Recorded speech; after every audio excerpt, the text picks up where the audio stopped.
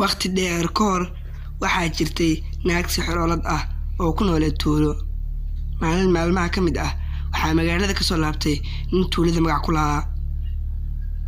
dhexda ayayna u istaagtay. waxa uuna yidhi, naagtii sixroolada ayday maxaad iga rabtaa? ii banee waddada. waxay tiraahday, sideen waddada kugu baneeyaa? waqti badan ayaa ku sugayay, haddana waxaan rabaa inaan ku kaxaysto.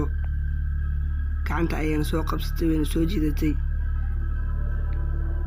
tuulada ayayna soo dhex marisay. isagana wuxuu dhahayay, badbaadiya. balse dadkii tuulada ahaa joogay waxba ma aysan u qaban karin. indhaha ayayna ka fiirsanayeen oo keliya.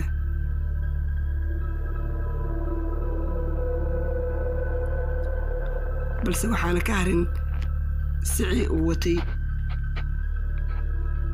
waa uuna soo daba kacay, kamana uu saarin. nin ka mid ah dadkii tuulada degnaaya wuxuu yidhi, baashan maalinka habeen kasta qof ayay naga kaxaysanaysaa, waa inaan wax ka qabanaa.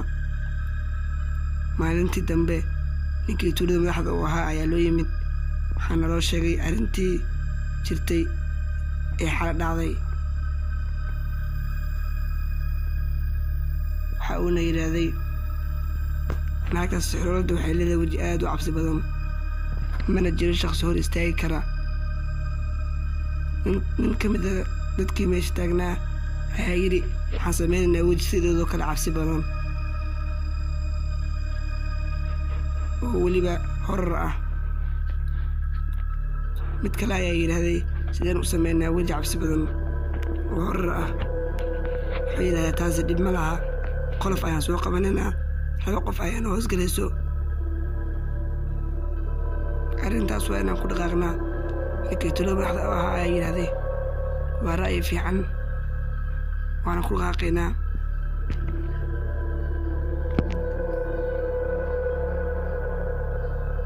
habeenkii markii la gaaray ayaa labadii nin imaadeen.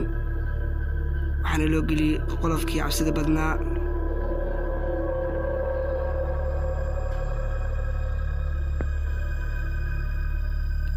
nin meesha taagnaa ayaa yidhaahday, waxaaba u ekaateen reer aakhirad caadi ah. waa uuna ku qoslay.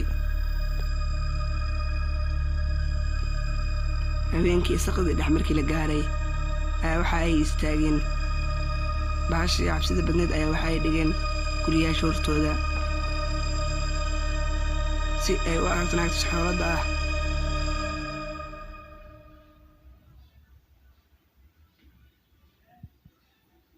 dadkii tuuladana daaqadahooda ayay ka fiirsanayeen.